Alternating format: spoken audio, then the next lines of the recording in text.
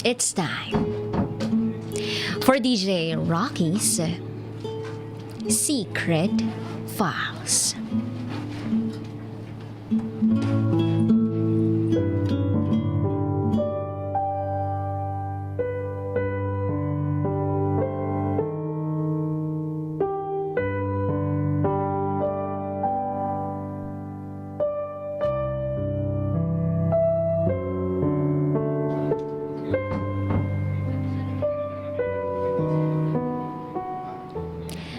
Kung kailan ikakasal na kami,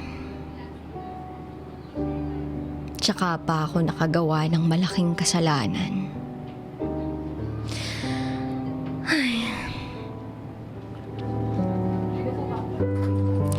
Itago niyo ko sa pangalang Angel.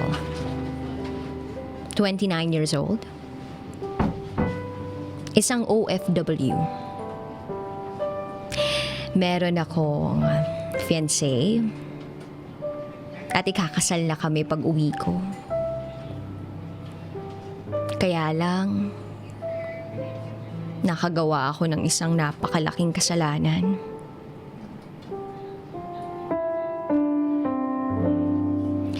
Masaya naman kami ng boyfriend ko eh.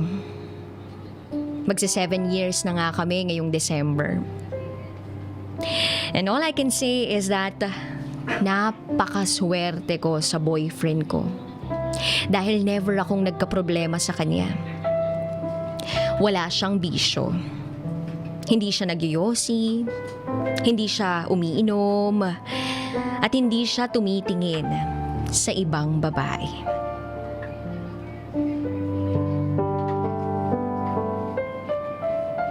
Masaya kami noon. Hanggang sa dumating yung time na kailangan naming maghiwalay. Pero hindi yung magbe-break kami Pero maghihiwalay lang kami nun just because kailangan. LDR, as in long distance relationship. Yun yung paghihiwalay namin na kailangan naming panindigan. Dahil alam naman namin na in the end, magkakasama rin kami. Noong una, mahirap. Kasi hindi naman ako sanay na hindi kami magkita. Hindi ako sanay na magkalayo kami. Kasi dati, every week, magkikita kami. Magde-date kami. Kapag hindi siya ang pupunta sa bahay namin, ako ang pupunta sa bahay nila. Kaya nga masasabi kong almost perfect ang relationship namin. Open kami sa bawat family namin. Kaya nga masasabi ko, siguro ito na yung pinakamatinding pagsubok sa aming dalawa. Yung maging matatag at huwag bumigay sa anumang pagsubok at tukso. So far, nalampasan naman namin. Mabilis lumipas ang 1 taon at nakauwi ako. Ganun pa din, masaya pa din kami. Walang nagbago. At doon namin napag-usapan na magpapakasal na kami sa susunod na uwi ko. Fast forward. Kung kailan ilang buwan na lang. Kung kailan ikakasal na kami. Tsaka pa ako nakagawa ng bagay na sobrang pinagsisisihan ko ngayon. Sobrang nagigilty ako. Kasi nagawa ko yung bagay na hindi dapat. Nagpadala ako sa tukso. Nakipag-sex ako sa taong hindi ko naman lubusang kilala. One hot afternoon, tanghaling tapat, nang merong mangyari sa amin ng isang lalaking hindi ko lubusang kilala. Gustuin ko mang pigilan yung sarili ko, pero yung katawan ko yung bumibigay. Siguro nga tawag ng laman. At siguro nga tanga ko. Ang tanga-tanga ko para magpagamit sa taong hindi ko lubusang kilala. Pero bakit ganun? Nagawa ko namang magpaka-faithful sa loob ng 6 na taon. Bakit ngayon pa kung kailan kami ikakasal? At sobrang pinagsisisihan ko yung nangyari sa amin. Isang beses lang nangyari pero napakalaking kasalanan. Napakalaking pagkakamali na kahit anong gawin ko, alam kong hindi na maibabalik pa. Alam ko na walang kapatawaran yung nagawa ko. Alam kong mali ako. Kaya ngayon gusto kong sabihin yung totoo sa boyfriend ko, sa fiance ko na eto ako nagpadala sa tukso. Na may ibang lalaki na ang nakatikim sa girlfriend mo. Gusto kong aminin ang lahat.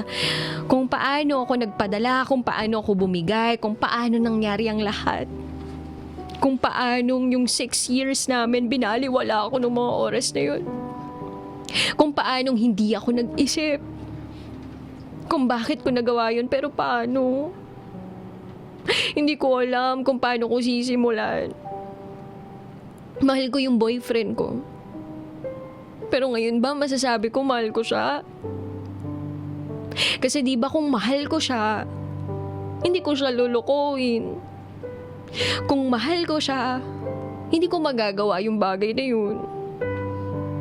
Sobrang nagigilty ako na kung sana, kung pwede lang maibalik yung araw na yun, sana pinigilan ko yung sarili ko, kinandado ko yung sarili ko, sana hindi ko ginawa. Pero sabi nga nila, nasa huli ang pagsisisi. Kailangan kong tanggapin yung consequences ng nagawa ko. Sobrang nalulungkot ako ngayon. Sobrang nasasaktan ako para sa boyfriend ko. At ngayon hindi ko alam kung ano ba talaga yung dapat gawin ko. Aaminin ko ba lahat sa kanya? O itatago ko na lang?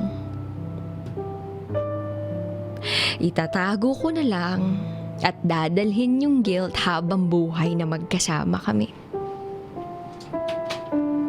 Mahal na mahal ko yung boyfriend ko. At alam ko hindi niya ako mapapatawad sa nagawa ko. Kaya nga natatakot akong aminin sa kanyang totoo. Alam kong iiwanan niya ako. Pero alam ko din naman na kung itatago ko o hindi ko sasabihin sa kanyang totoo, alam ko sa sarili ko na guilty ako.